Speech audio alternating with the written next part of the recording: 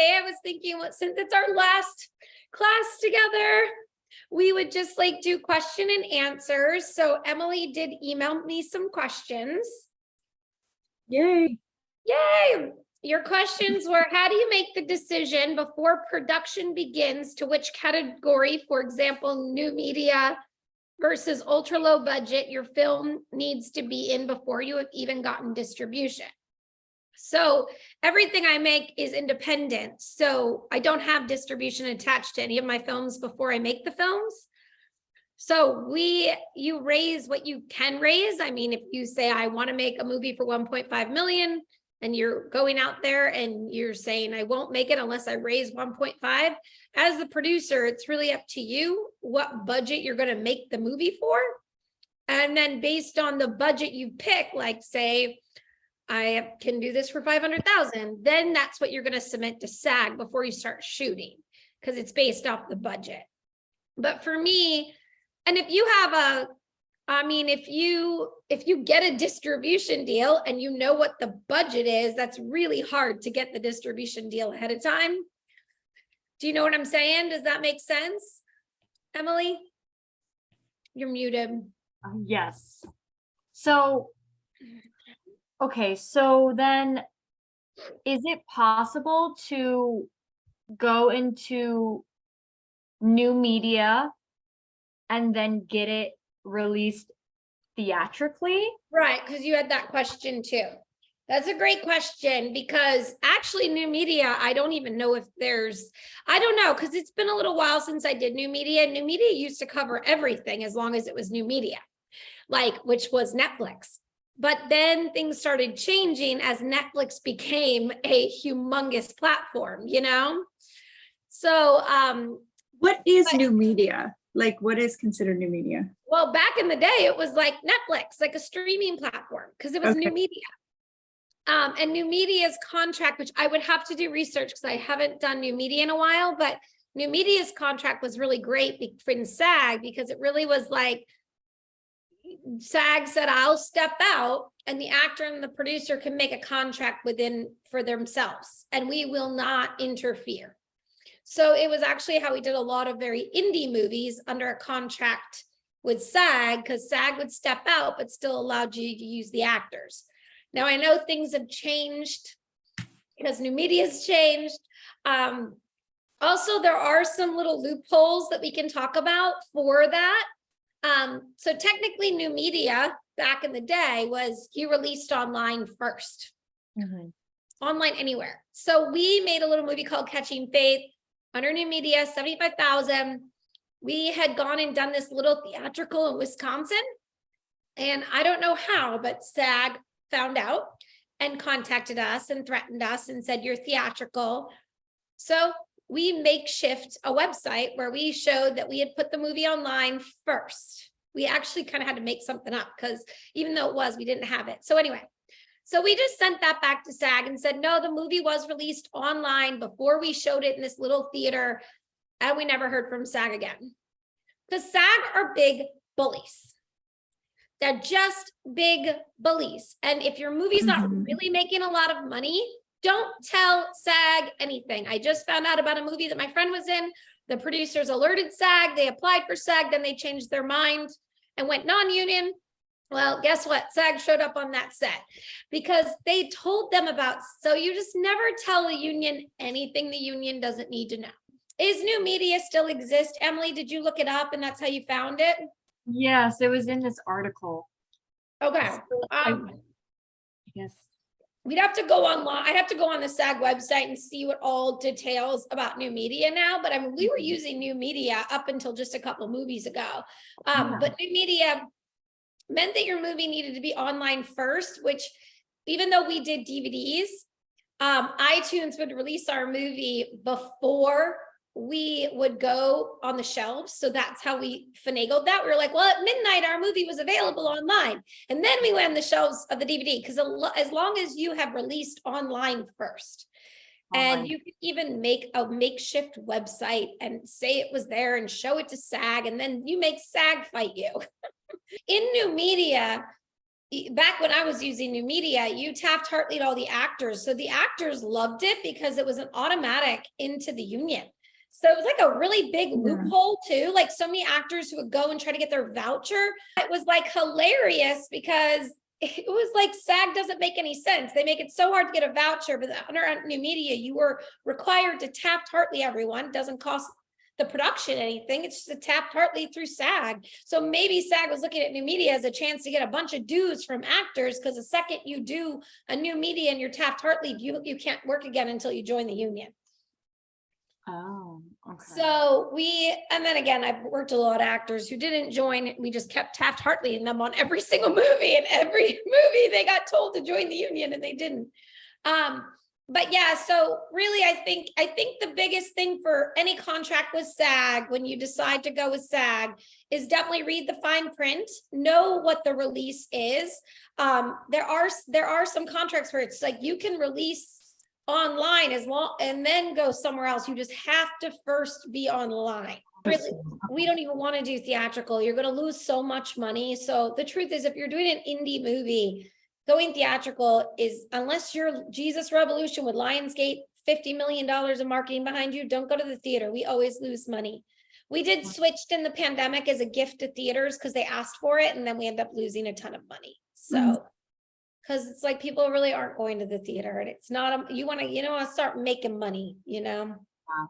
It's the dream, but the dream is dying. I know, theatrical, you really do need a big studio behind you if you're going to go theatrical. Since we made a movie and it got released in October, so there's been some marketing done through our distributor, actors, everybody that worked in our movies, also very active in advertising it. But are there any other ways that we can promote our movie? Well, if you do want churches,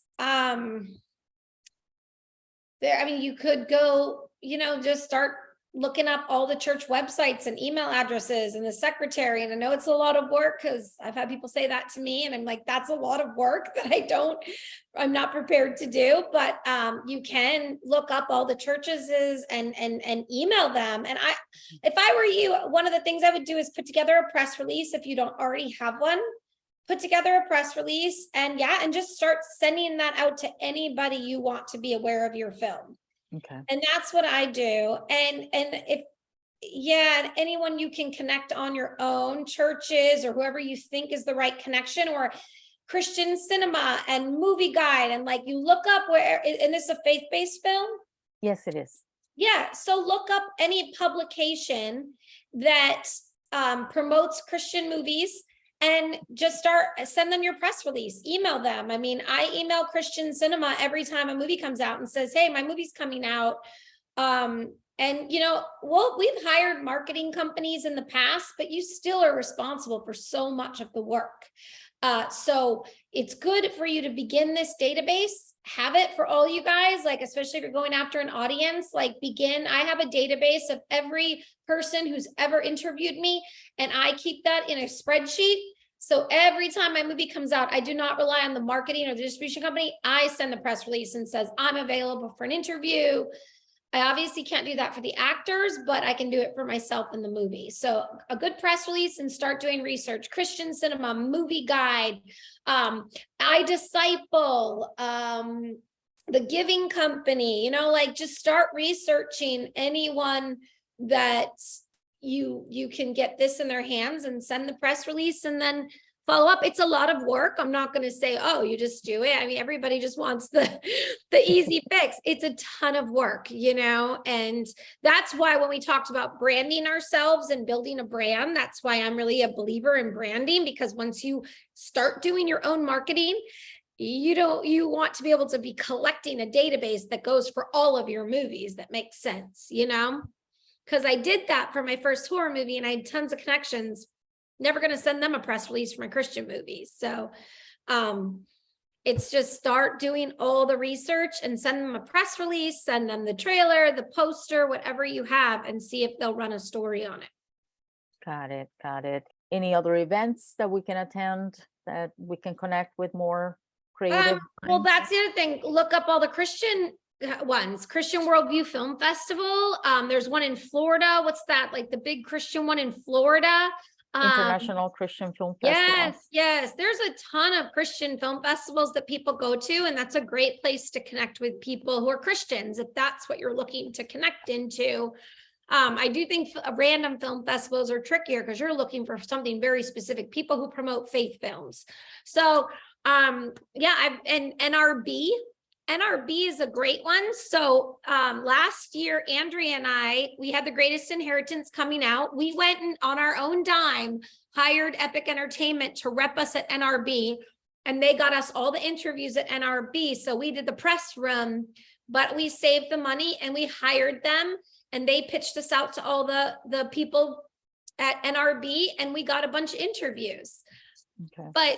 And we thought that it was worth the investment if we're going to fly to NRB to hire somebody who would rep us. And then honestly, when I was in the press room, I saw booths that didn't interview me, and I walked over and handed them my card and said, you need to meet me.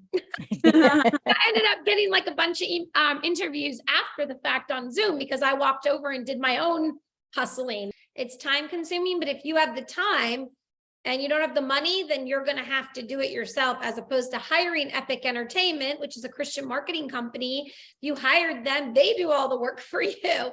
But that's the chicken or the egg, you know. I could look up some other Christian marketing companies. If you guys have the money and you want to say, I want to invest in marketing, then they'll do all the work for you.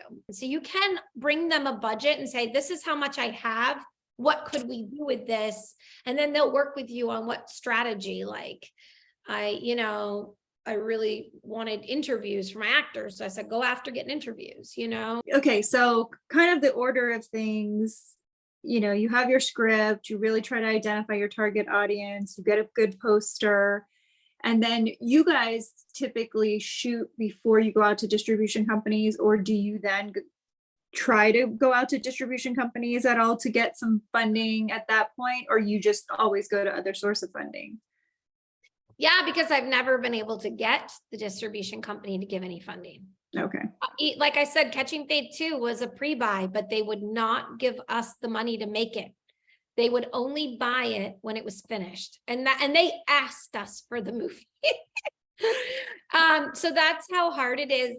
Now, I am working with a new producer named Phil Glasser on a movie right now, and he is going after pre-sales for foreign.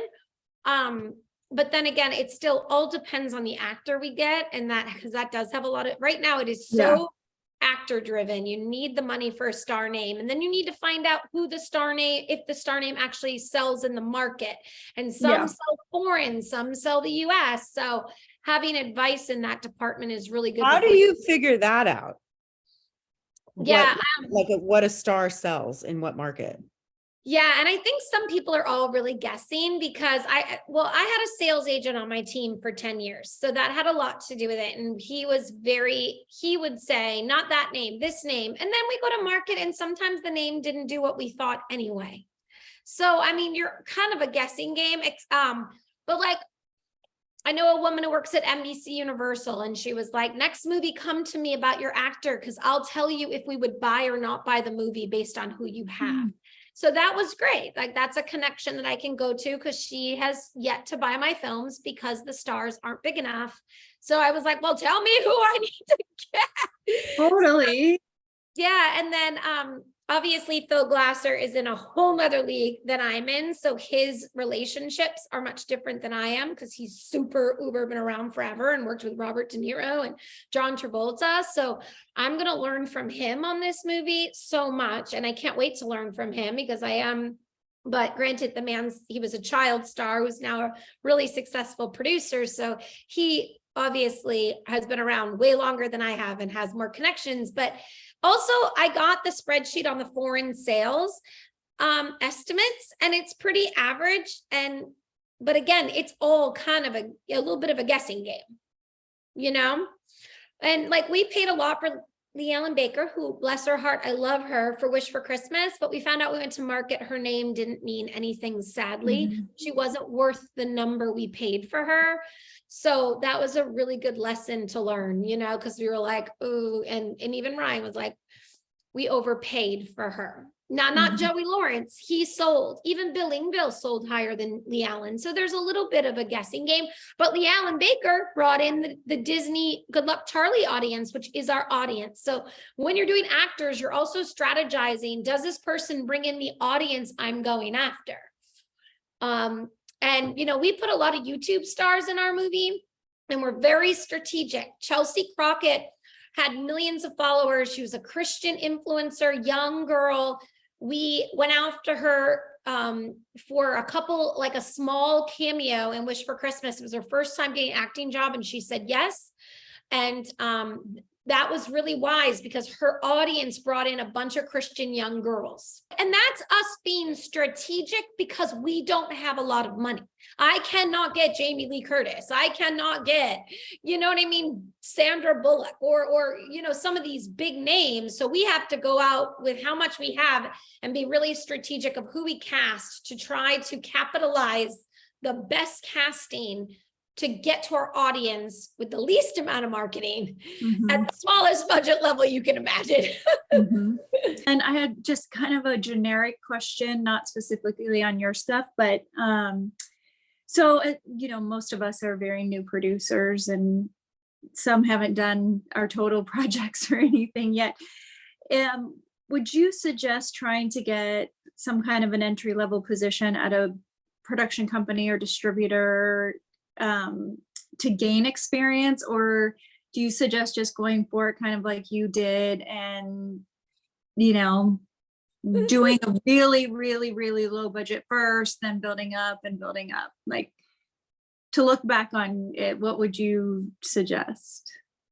Well, looking back, I'm so glad I made my own movies because I'd still be working at the production companies. Right. I did intern at a couple production companies after we made our first feature, just trying to learn. Okay. But Yes. then throwing me to wash dishes, and I just was there as an intern. I was like, I'm not here to learn washing dishes. They kind of didn't let me in on anything. So I was like, I'm here to learn, not wash your Mhm. dishes. So Mhm. I didn't last very long in my internships, but I did go there to try to learn. I used to work at Media Talent Group too as a secretary, but I didn't learn very much because I was just the secretary. So even if Okay. you're trying to get a low level at the lowest getting in, you'd actually probably be better assisting somebody because then you're actually really working with them and seeing what Right. they're doing. So maybe getting a producer's assistant. And I mean, I know when I was on when I was Agent Carter's stand-in, I befriended the one of the heads of Marvel's assistant, and she was like well on her way to probably have a career. I don't remember anymore, but like she was assisting the heads of Marvel, and that's Mhm. like, boom, that'll get you in. But I What don't about know. coordinator? Do you think that's Yeah, I've never had a production coordinator. Oh yeah, on my movies, but production coordinator. I mean, I think anything you can get is always great, but just what you were saying, your job sucks the life out of you. And it's so hard to be able to do your own stuff on the side. And yeah. I have a lot of creative friends who are working full-time jobs, and they come home and they're like, I don't know how to write at 9 o'clock at night, but it's the only time I have time to write a script. And so, but you have to have a job and you do have to support yourself. And I waited tables and I was a stand-in. And now a stand-in is very time consuming because it's 12 or 14-hour days. And I had, Mhm.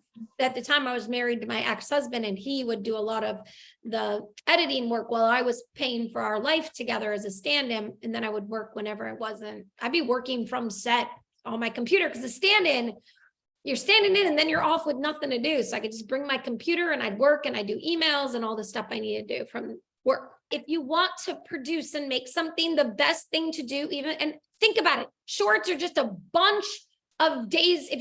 Feature is a bunch of shorts put together. And that's why we stopped doing shorts in 2009 when we were like, what are we doing all these shorts? Let's just go do a feature because it's the same thing. We're going to spend all this time doing shorts. Mhm. Why don't we do a feature to prove we can do a feature? Mhm. So you might need to get a camera and some friends and be like, I'm going to make a feature, and that's really how we started off. 5 people, a camera, a boom, no lights, home sweet home, all takes place in the day because we had no money for lights. And then the distribution company loved it and thought that was such a creative decision to make a horror movie in the daytime. We were like, that's because we were indie. Yeah. So, you know, and a lot of people come to me and be like, no one will give me this. I could get my first try. I'm like, no one's going to give it to you. You have to do it yourself. And if you have a friend with a camera, or somehow you can just get some friends together to do something, come up with a really fun 1 location script, and find friends. I mean, we shot at your own risk 7 days. 7 days we shot the whole movie. If you can get a bunch of money, doesn't necessarily mean you should make it for that much money. So I'm trying to figure out, like, wrap my head around, like, what's the wisest choice for an indie feature film that doesn't have distribution? The main star is a nobody. You might get a somebody attached to be a part.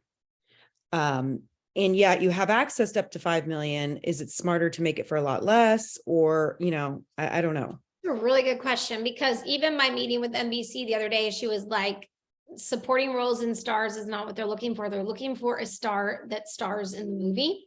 So that is something to consider. If your star is a nobody, that's not going to serve you in distribution. But if you're getting the money because they're a nobody, then, you know, you got the money. But 3 to 5 million is a lot. It's what we're going after for our newest film. But we would get a really big star name, and it would be for the leading role. Like, we won't do it if we don't get a name, because we can't risk the people's money, you know, can't risk it. But I mean, I can't tell you what to do. I think that indie, it is hard to recoup money. There is no doubt about how hard it is to recoup the money for movies. That's why I was saying before, we really go after passion people who believe in the message more than the money. And even, you know, all of our executive producers or anyone who's been involved in money, that's the first thing. They want to make sure these people are very aware of the risk of putting money into a movie, that they're not gonna, you know, freak out when it takes time, years to recoup the money, which can be the case. And because you have no control over the way the distribution company is going to recoup your money and give it to you, there's nothing you can do. You can get a lawyer, you can fight them, but you know, so it is a risk. But if you have a $3 million budget, you're going to have a much better chance of having a more beautiful, big budget movie that can compete. I think if you could get the 3 million and your investor isn't freaking out about losing it, I would always be better to make a better movie. Okay, so for the P&E, when you are negotiating, are you negotiating with their agent or their manager for the actor? Yeah, you might be the agent or you might be the manager. You're never really negotiating with the actor. Yeah. Yeah. Either one. It depends. Usually, yeah, that's I mean, it's different for everybody, you know, like, funnily enough, I knew Mina Suvari's manager because I used to work at his management company, and he handled all of her stuff, not the agent, her manager did. So Jaleel White, he was run all by his publicist. He didn't have an agent manager. He has a publicist company, and we had to work with his publicist company. And then John Schneider was rep by his wife, and we dealt with his wife. It might be the agent, it might be the manager, I don't know, or it might be their wife. Okay. Right. Do you just call them and go, hey, I've got this project, and just talk about it on the phone? Or do you kind of reach out in a different way first? Or Well, it depends if you have a relationship with somebody. Ryan Keller, who was my EP, he did the reaching out for Billingville on Catching Faith one. He put together a really nice proposal to make it look professional, because if you reach out, probably the agent's going to be like, what? Or not get back to you. So you might want to have a lawyer or an EP drop something really nice, like a real offer. Ryan did that for us. And then he did it for Lee Allen Baker and Joey Lawrence in Billingville. But actually for Billingville, after Catching Faith, Bill said, hey, if you ever have a script for me, I'd love to work with you guys again. So for Wish for Christmas, I just texted him directly and said, I got a script. We want you. want to read it? And he was like, send it to me right now. And he read it up by the end of the week and said, I'm in. So yes. And then I just texted Bill when we did Identity Crisis, because I text with him once in a while, say nice things to people, keep in contact. And I said, I have a part for you in my new movie. You interested? He's like, absolutely. Yes, let's do it.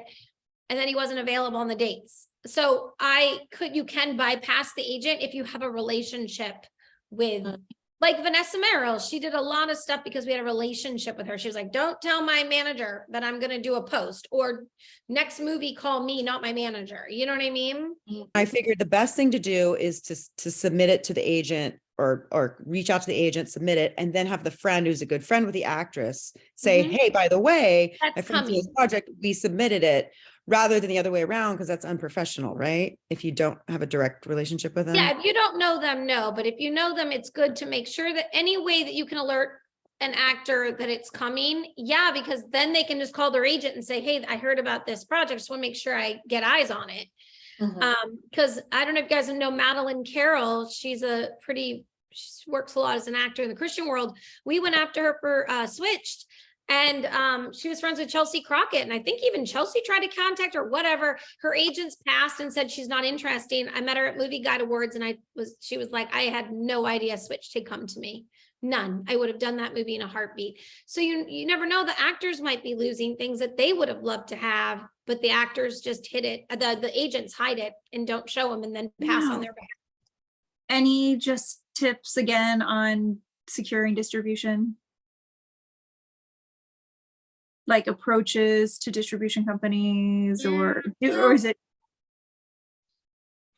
If you guys can put as much money into some of the assets, all right. So I talked to somebody today who asked my advice on something, and they sent me their website, and I was like, this website's not good enough.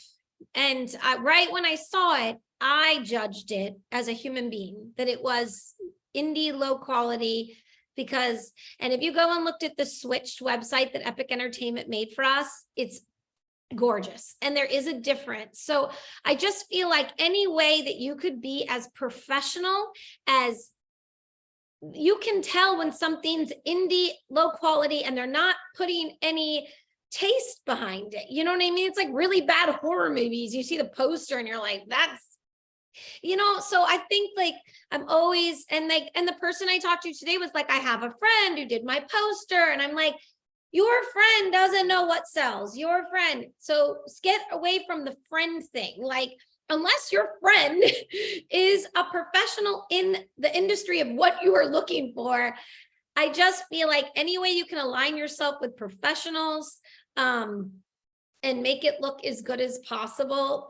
Or just be simple with your poster. Like Lex just made me a very simple poster for my short film, and it's so clean. I don't know if you guys saw it, but it's like, if you can't afford something really professional, it's a short film. I'm not putting any money into the poster. I don't even need a poster, but it's clean. And you always go with clean than just making it look really indie bad, if that makes sense. So, and any money you can put aside for marketing, even if it's $10,000, $20,000, and you can find a company that'll work with you to build you a nice website, just like those things can go a long way. And then you just need to start reaching out to people, like pitching it to places. And we talked about this. I mean, I think we did, but like, I just found Rich Paluzzo's email on Facebook, and I emailed him and pitched him, and he wrote me back and invited me to Sony. So it really is about fearlessness of, I'm just going to reach out to this person, and you just have to be bold now. Yeah.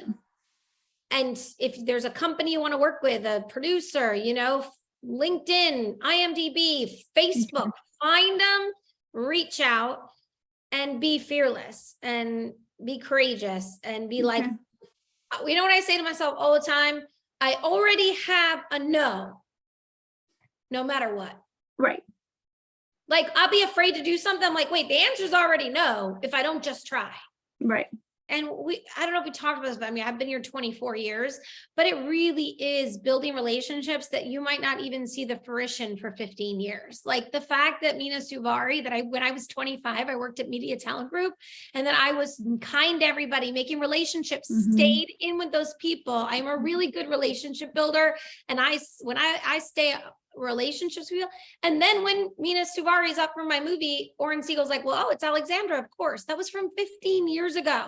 So I know it feels like, oh my gosh, but time goes by fast, and it does take time to build. And it's not just about having relationships and who you know, it's how you've nurtured those relationships and your reputation and people. It's always great to me to hear someone said, oh, Alexandra, you're a trusted person, or I know someone who knew you from 100 years ago, you know?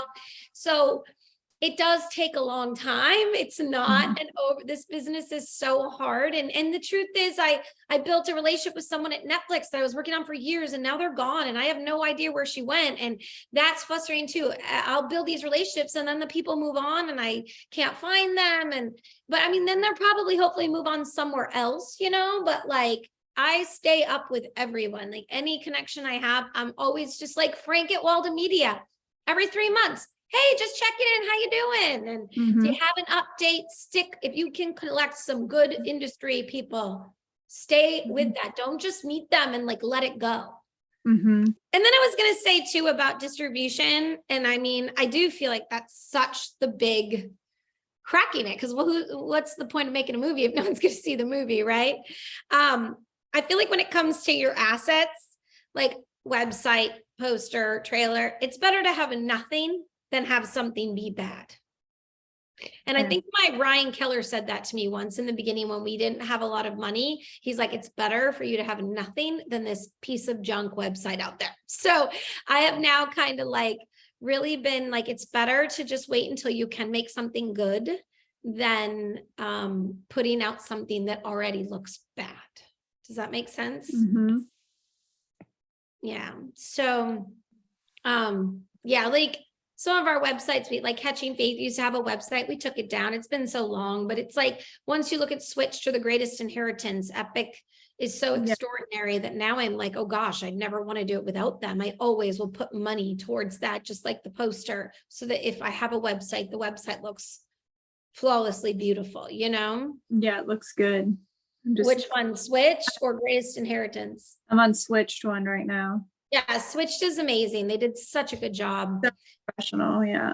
So professional. And same with pitch decks. Like that's another thing we've talked about. Like it is worth it to, when you can tell the difference between someone who really knows how to make a pitch deck and someone who doesn't. Find really good pitch deck creators and make sure that if either the pitch deck is quality or you don't have one at all, because then you've immediately told everyone the quality of what you're doing.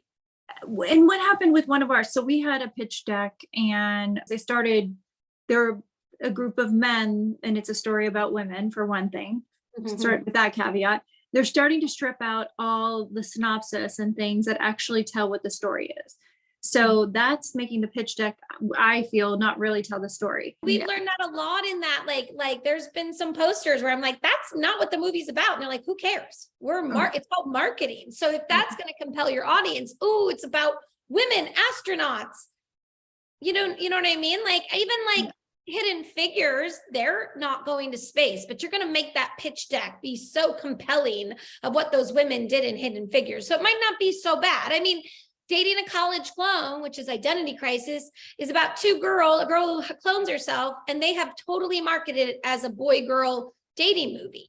And I'm like, probably because they know that in the market that's going to sell. So I'm trusting people who know better than me to go, and that the poster is not what the movie's about. Really, there is a dating, but the poster is not about the boy and the girl's dating. But I trust that these people are trying to get the highest sale in the marketplace and they know what sells. The Kissing Booth, All the Boys I've Ever Loved, The Year I Turned Pretty. That makes sense. They're putting it in that category. And I was like, that's smart. So it is, that might not be, don't be led astray about that, because sometimes marketing isn't exactly like what the movie is. I mean, Bridget and Jen tell me that all the time in the poster world. When they see a movie, they think, how can I strategically make this poster to sell, because what it really is about probably won't sell as much as how I can make it be about something that sells. Does that make Okay. sense? Yeah. Streaming will do something called a second window. So whoever gets the first window, the exclusive first window, is going to pay the most. And then whoever gets the second window, so whatever Netflix played, they were playing for a second window. That's what it's called when you do a second window. So like Netflix, paid for Catching Faith for a 2-year exclusive. They had the first window. Then we went to Hulu on the second window, and they paid like probably pennies because they didn't get the first window. I was curious how that worked. So Ryan said that the deal was that even though it's AVOD, it's advertising video on demand. After the contract was going to run up with PureFlix for their exclusive 2-year window, Tubi paid only $10,000 for a second window exclusive AVOD for Tubi. The only thing that I don't love about the deal he just made, because $10,000 is not that much money, and my little indie movie's making $1,000 a month, and I was like, Switch might have actually made more off the AVOD than taking the $10,000 upfront second window offer. And now, I grant it, Ryan said that with the 10,000 window and they license it, it gives you better product placement on their platform. But I was like, but it doesn't really matter for us anyway, because for 2 years, all we're going to make is 10,000. But what will happen was, once that contract runs up in 2 years, it will go back onto AVOD on our own with the ads. And then we can go to Roku channel. But I guess we do have an exclusive now second window with an AVOD platform, and they have AVOD exclusive. So man, everyone's just really trying to get that exclusive. Like, it can't be on any other AVOD. Okay, yeah. But, and that's also a lot of times what your distribution company is going to do. Like, I don't even think Ryan has anything to do with that. That's Vertical's decision, that they were like, let's get a little bit more money. And you know what I mean? Like, they weren't, that's up to the distribution company because they own it. So interesting. It's changing, you guys, as fast as I'm learning it. And this new AVOD thing, and then I'm like, Ryan, how is this going to work? And then I asked Ryan if, because he works at Vertical, I want him to see the numbers, the back end of Switch, because I want to see, well, what, like, we don't get to see. I don't think the thing I don't get with John Kim is how many views, how many people viewed At Your Own Risk to turn into $950 of revenue in 1 month just off AVOD. That's what I'd love to know. And I'll ask John Kim. I wish, because I don't think we can see the numbers. They just don't give you up the numbers of how many people are watching your thing. Because Did they give you, when you signed the deal, did they give you like okay, this is the percentage of the rental price that you get? For which platform? You were talking about At Your Own Risk makes $950 a month, right? So I so what I get paid off of is I get an ad share off every time someone watches an ad. Oh, so even if they like turn the movie on and then turn it off, right? It's not their rentals. It's like, it's not a rental, it's watch the advertising. whole Yes, movie, it's free. okay, got it. Every time that ad plays, I'm making money. Which means someone's watching our movie. I'm just so curious as to know, because Roku channel will make like $3 a month, but Tubi we're making 900. So where is it, either that Tubi is a place where people go for obscure, weird indie movies of 2 girls walking around a desert for a couple hours, and Roku channel isn't, because they have The Walking Dead and things that, you know what I mean? Like, because John Kim did say, and that's what I loved about John Kim, my sales agent for At Your Own Risk, because he really understands where things should be placed purposefully for where you're going to get the right audience. But if they can still keep popping up ways that indie filmmakers can make their own money back, that's what's exciting. Like Tubi and Roku and other outlets like Indie Rights that can put you on all these platforms, you can make some money back, you know?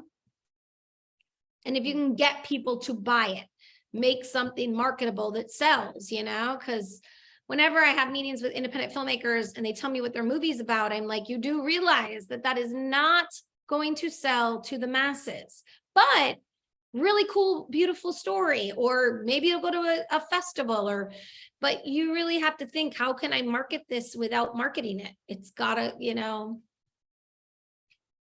go and make sure that it has also legs on its own, because it's like what you were saying about marketing and how if you don't have the money, you want that poster going out there marketing for you without you even having to do anything. I think it's just like everything. There's just no golden road, and it's persistence. It's being stubborn. It's being courageous. It's really funny. I keep reading the Bible and everything keeps saying about courage.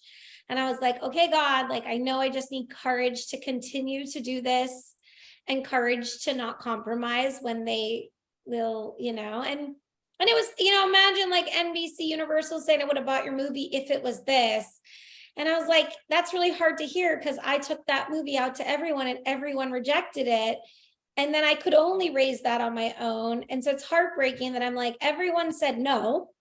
And then I did the best I could with what I had so I could do something that I think changes culture. Mm-hmm. And then they're like, well, I would have bought it. I'm like, well, then next time put your money on my movie. So do you try to go ahead and sell them to distribution prior to like this one you're trying to do that this time? Have you done that before where you try and you just don't get the deals, so you raise the money yourselves? Yeah, for even dating a college clone, Identity Crisis, I pitched that out to everywhere I had a connection at a studio. Okay. Yeah. I pitched it to Netflix. I pitched it to Sony Affirm. I pitched it to PureFlix. I pitched it to Hulu. I pitched it to everyone I knew someone at. But that's what independent means. Like Kevin Smith does independent films. Quentin Tarantino does independent films. They're billion-dollar movies because he wants to keep the control, so he makes sure that he does it himself.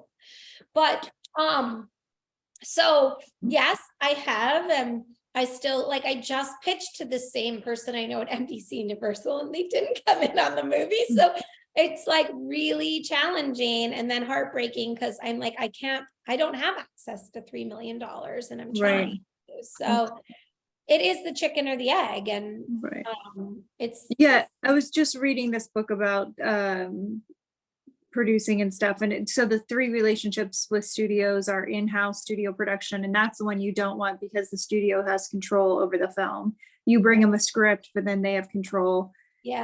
Then there's the negative pickup. That's the other term I was trying to do. The negative pickup. Negative pickup is what we had for Catching Faith too. Yes.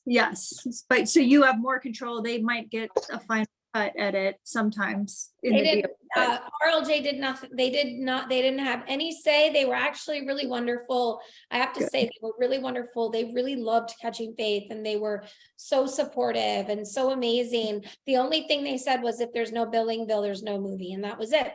And then the rest, we were off to the races. We made this movie and they bought it. That's good. They also didn't give us very much. So if they had been demanding something, I'm like, I need your money. Right. If you want something bigger than what we can handle for $220,000, because that's all we had for Catching Faith 2 was $220,000. And then what's the third one? The third one is just straight distribution only. Straight sale. Yeah. It's just distribution, and you have producer has complete control, creative freedom. Yeah, and I feel like the in-house. And then you still own it at the end. Right, when the sale comes up back to you, you mean? Right. Yeah, like 8-year contract, and then the movie comes back to you. Which like the studio owns the US, like theatrical and home entertainment, and then the producer owns the other territories. And oh, right. Yeah, because we had talked about this on one. You can do a worldwide deal, or you can do territory deals, which territory deals are way better unless the worldwide rights is like $6 million. Otherwise, we always just sell US rights, and then we go out and sell to Germany and Australia, because then you can get $2,000, $3,000, $5,000 from different.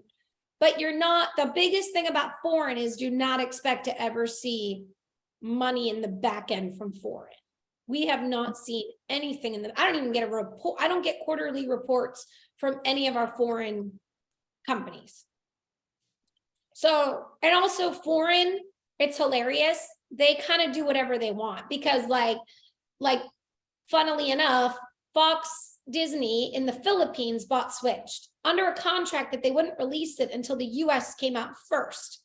And I started getting messages from the Philippines of girls being like, I saw this on TV and it's the best. And I was like, what? And I went and told Ryan, he's like, dang foreign sales. They don't listen to a word you say. And that stuff happened. So they went ahead and just broke contract and released the movie. And I was like, what an honor that they wanted to release it so much on TV, but it was also a breach of contract against our US distribution.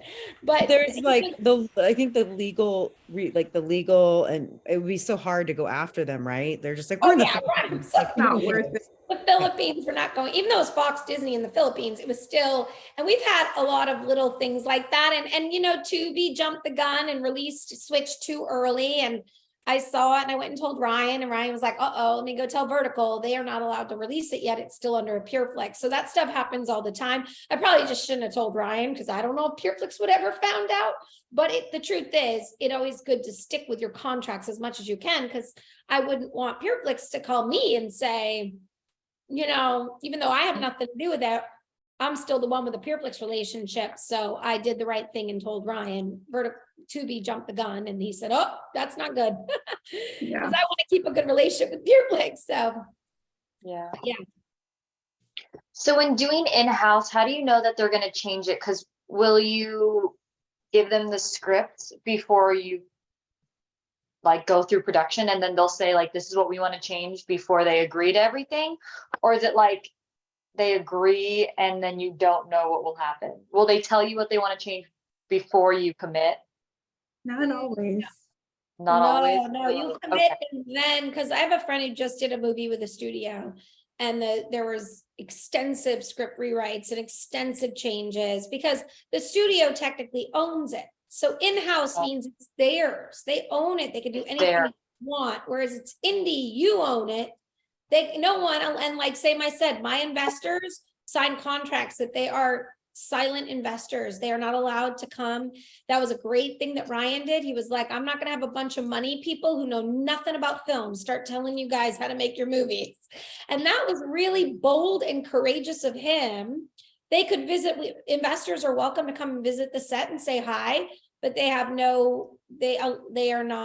silent investors, and they have to trust us. And I really appreciated Ryan when I found out he did that, because they could come in and say, let me read this script. I'm a really good filmmaker and I'm giving you money and you better do what I tell you to do. And, you know, they don't know. So in-house means they own it. So once you sign that contract and you're making that movie with that studio, it's their movie, and they can write to you and say, I want this change. They can call you on day 5 of shooting and say, you know what, we don't like this elevator scene. Let's switch it to a field.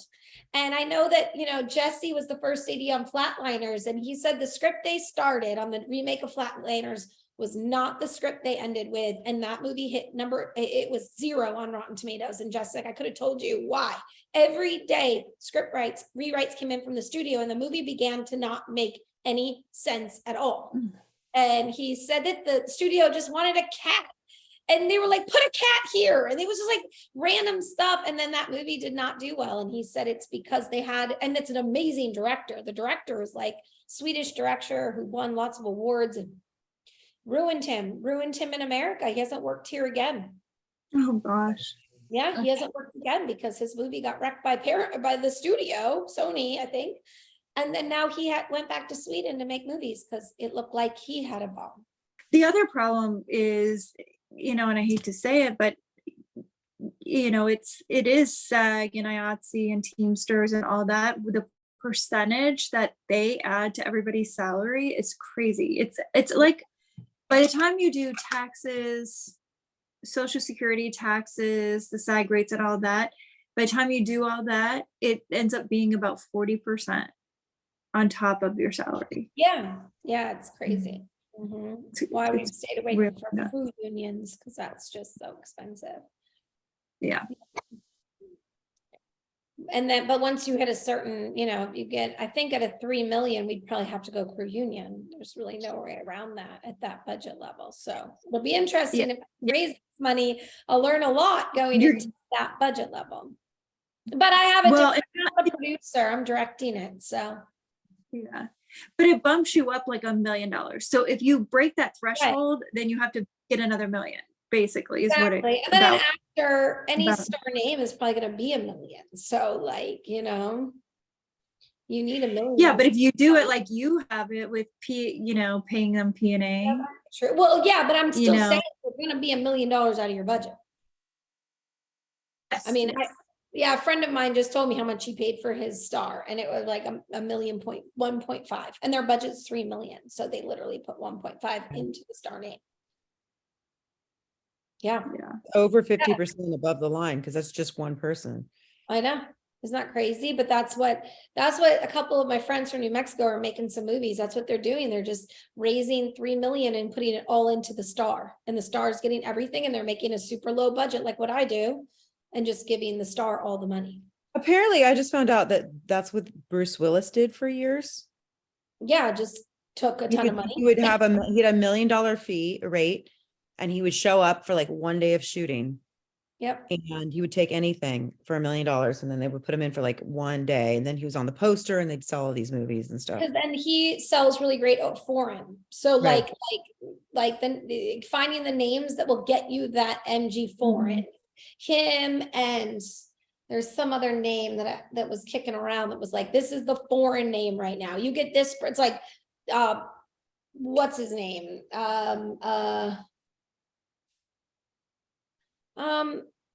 Oh my gosh, I just forgot his name. Well, And years ago, the Baywatch guy, David Hasselhoff, always sure, did yeah, that would have been huge another Germany sales. Mickey Rourke, or just some of those like weird names that would just sell foreign. And Bruce Willis was a big one. He's an action star, so Mhm. action stars and stuff like that. But yeah, but they're very expensive.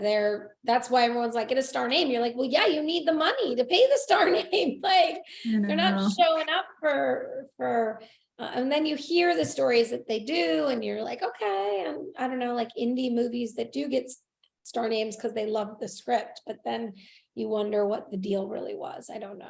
All right, you guys. Thanks, Bye. Alexandra. Bye, guys. See you Thank again. you so Bye. much. Thank You're you. welcome. Thank Bye. you.